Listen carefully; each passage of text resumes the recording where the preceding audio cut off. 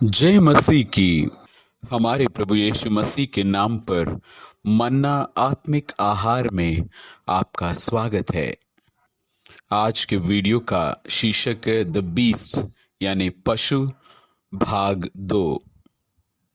इस वीडियो में हम देखेंगे पशु के 7 सिर और 10 सींगों का क्या महत्व है। पशु असली है या प्रतीकात्मक है? ये पशु कब प्रकट होगा और किस समय में? परमेश्वर किसे पशु कहते हैं? क्या बाइबल के कई पदों को याद कर लेना काफी है? एक झूठे पास्टर को हम कैसे पहचान सकते हैं?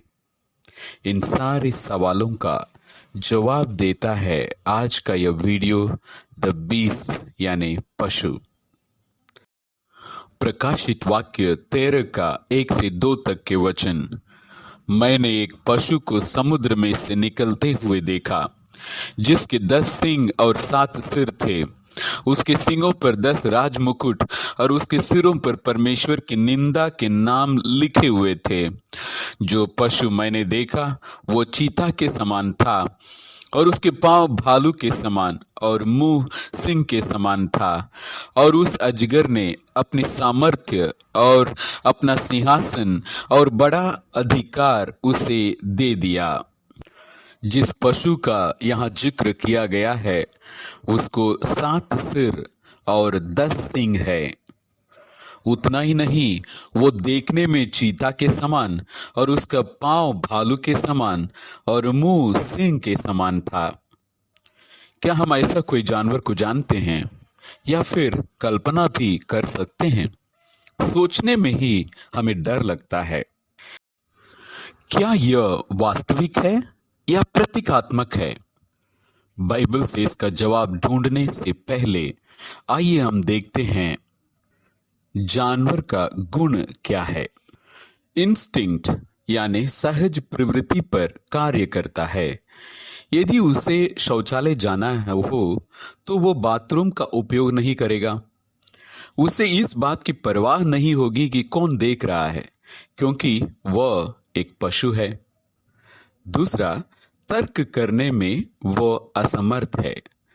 वह गणित या अन्य किसी प्रकार की तर्क शक्ति को नहीं समझ सकता। और तीसरा गुण है क्रूर और उग्र। वह अपने क्रोध में दूसरों को नुकसान भी पहुंचा सकता है। नीति वचन 30वां अध्याय 2 से 3 तक के वचन। निश्चय मैं पशु सरीखा हूं, वरन मनुष्य कहलाने के योग्य भी नहीं, और मनुष्य की समझ मुझ में नहीं है। ना मैंने बुद्धि प्राप्त की है और ना परम पवित्र का ज्ञान मुझे मिला है। यदि मेरे पास मनुष्य की समझ नहीं है तो मेरे पास पशु की समझ है, जो केवल अपनी इंस्टिंक्ट यानी सहज प्रवृत्ति पर कार्य करता है। वचन 3 कहता है कि परम पवित्र ज्ञान का अभाव यानी परमेश्वर के ज्ञान का अभाव है। इसलिए हम अनुमान लगा सकते हैं जो व्यक्ति परमेश्वर के वचन को नहीं समझता वो परमेश्वर की दृष्टि में एक पशु है। भजन संहिता 49 का 20। मनुष्य चाहे प्रतिष्ठित भी हो, परंतु यदि वे समझ नहीं रखते तो वे पशुओं के समान है जो मर मिटते हैं। एक व्यक्ति जिसके पास धन दौलत है लेकिन समझ की कमी है तो वो पशु के समान है। वचन के अनुसार धन और दौलत का मतलब है परमेश्वर का वचन, यानी जिसके पास परमेश्वर का वचन का भंडार है वही धनी है। लेकिन समस्या यह है, ऐसे व्यक्ति में परमेश्वर के वचन को समझने की शक्ति नहीं है, तो वो एक पशु समान जो किताब को लंबे समय तक देखता रहता है लेकिन ना तो उसे पढ़ सकता है और ना ही समझ सकता है। अगर परमेश्वर के वचन का ज्ञान या फिर समझ मुझे नहीं है, तो परमेश्वर मेरे बारे में सोचेंगे कि मैं एक पशु हूं। हो सकता है बहुत सारे वचन का ज्ञान आपको है, आपने कंठस्थ कर लिया है, लेकिन वचन की समझ आपको नहीं है, तो यह व्यर्थ है। यीशु के पहले आगमन के समय कौन आध्यात्मिक रूप से धनी थे? महायाजक और व्यवस्था के शिक्षक जो लोगों को शास्त्र सिखाते थे। वे परमेश्वर के वचन को अच्छी तरह से जानते थे, उसके अनुसार चलते भी थे। क्या वास्तव में बाइबल का समझ उनको था? क्या वे बाइबल के वचन को समझ सकते थे? यदि वो परमेश्वर के वचन को जानते या समझते, तो वो यीशु मसीह को जरूर स्वीकार करते। मत्ती 26 में हम लोग देखते हैं कि महायाजक और शास्त्री सुबह सुबह इकट्ठा हुए और यीशु को मारने की साजिश रची। क्या वे परमेश्वर के वचन को जानते थे? हाँ, वे जानते थे, लेकिन क्या वे उसे समझते थे? नहीं, वे नहीं समझते थे, या दूसरे शब्दों में कहें, वे गलत समझे थे। परमेश्वर की दृष्टि में वे क्या हैं? परमेश्वर की दृष्टि में वे पशु हैं। इसलिए मत्ती 23:33 में यीशु मसीह उन्हें देखकर कहते हैं, हे सांप के बच्चों, यानी ब्रूड ऑफ वाइपर्स। इसका मतलब है परमेश्वर ने उन्हें एक पशु के समान देखा, ना कि व्यक्ति के समान। यीशु मसीह के दूसरे आगमन के पहले विद्रोह होगा, विनाश होगा, तब मसीह आएंगे, यानी कि उद्धार आएगा। अगर कोई कहेगा मसीह आ गए हैं, तो हमें यही सवाल करना है, विद्रोह और विनाश कहाँ है? प्रकाशित वाक्य 12:3 से 4 तक के वचन। एक और चिन्ह स्वर्ग में दिखाई दिया। एक बड़ा लाल अजगर था, जिसके 7 सिर और 10 सींग थे, और उसके सिरों पर 7 राजमुकुट थे, और उसकी पूंछ ने आकाश के तारों की 1/3 को खींचकर पृथ्वी पर डाल दिया। और वह अजगर उस स्त्री के सामने जो जचा थी खड़ा हुआ कि जब वो बच्चा जने तो उसके बच्चे को निगल जाए। यह वचन एक फिल्म के दृश्य जैसा लगता है। इस वचन में लाल अजगर प्रकट होता है, जिसके 7 सिर और 10 सींग हैं। ऐसा ही वर्णन प्रकाशित वाक्य 13वां अध्याय में भी मिलता है, जहां 7 सिर और 10 सींग वाला पशु दिखता है। अजगर की पूंछ 1/3 तारों को आकाश से गिरा देता है और उन्हें पृथ्वी पर फेंक देता है। यह भी अद्भुत लगता है देखने में। यह 7 सिर और 10 सींगों वाले पशु, एक स्त्री जो बच्चा को जन्म दे रही है, और अजगर जो बच्चे को निगलने के लिए तैयार है, ये सब एक ऐसी जगह पर होते हैं जिसे स्वर्ग कहा गया है। प्रकाशित वाक्य 13:6 तंबू का चर्चा करता है। इंग्लिश में इसको टबरनैकल बोलते हैं। टबरनैकल यानी तंबू, या फिर हम कलीसिया कह सकते हैं। इसका मतलब है ये सारे चिन्ह बाहर और कहीं नहीं, कलीसिया के अंदर होता है। और ये कोई आकाश या स्वर्ग में नहीं, बल्कि पृथ्वी पर होता है। यही कारण है कि परमेश्वर ने हमें ये भविष्यवाणियां दी है, ताकि हम उन्हें समझ सकें और जान सकें कि वे कब पूरी होंगी। इसलिए हम याद रखें, ये सारी बातें कलीसिया के अंदर होंगे। आइए सबसे पहले समझते हैं इस पशु का सिर के बारे में। जिस बीस्ट की हम बात करते हैं वो कोई पशु नहीं है, बल्कि एक व्यक्ति है। झूठे भविष्यवक्ता या फॉल्स पास्टर, झूठे पासवान।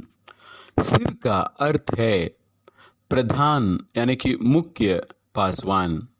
किसी भी संगठन में या बड़े बड़े कलीसिया में जो नेता होते हैं उसको सिर कहा जाता है।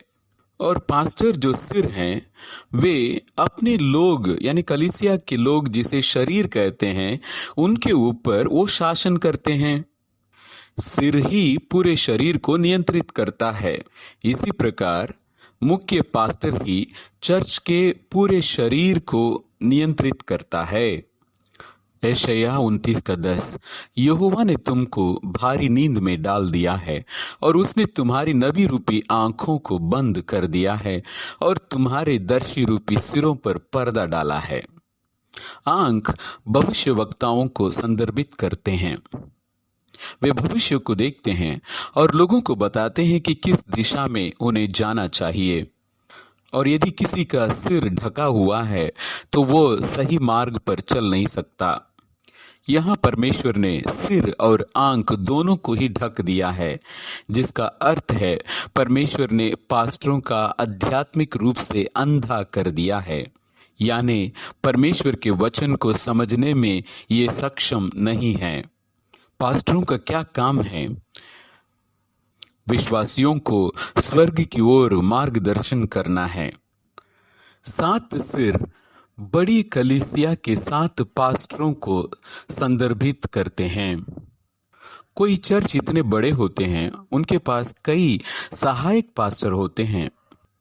7 सिर का अर्थ है 7 मुख्य पास्टर और 10 सिंह का अर्थ है कलीसिया में मुख्य पास्टरों के साथ मिलकर काम करने वाले अधिकार वाले व्यक्ति, जिन्हें एल्डर्स यानी बुजुर्ग कहा जाता है। ये मुख्य पास्टरों के साथ काम करते हैं। इनके पास चर्च का अधिकार होता है। कभी कभी वे अपने वोट के माध्यम से मुख्य पास्टर को भी हटा सकते हैं। तो इसका मतलब 7 सिर 7 बड़े पास्टर, 10 सिंह यानी चर्च में मुख्य पास्टरों के साथ मिलकर काम करने वाले। इन्हें क्यों पशु कहा गया है? क्योंकि ये शैतान के लिए काम करते हैं।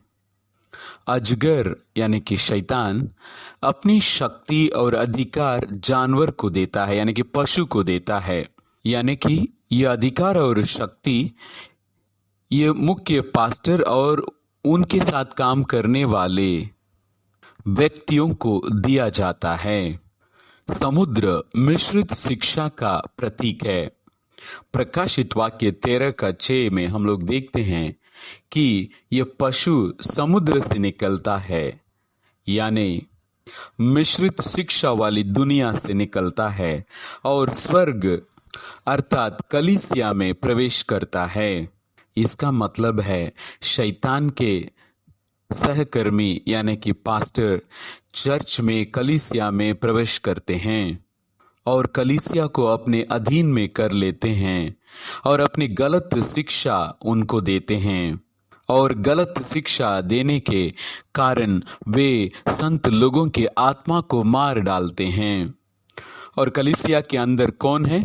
विश्वासघात करने वाले, विद्रोह करने वाले। वे क्यों मारे जाते हैं? क्योंकि उन्होंने शैतान की शिक्षा को स्वीकार कर परमेश्वर का विद्रोह किया। इस प्रकार 7 सिर और 10 सिंगों वाला पशु कलीसिया के अंदर विनाश का कार्य करता है।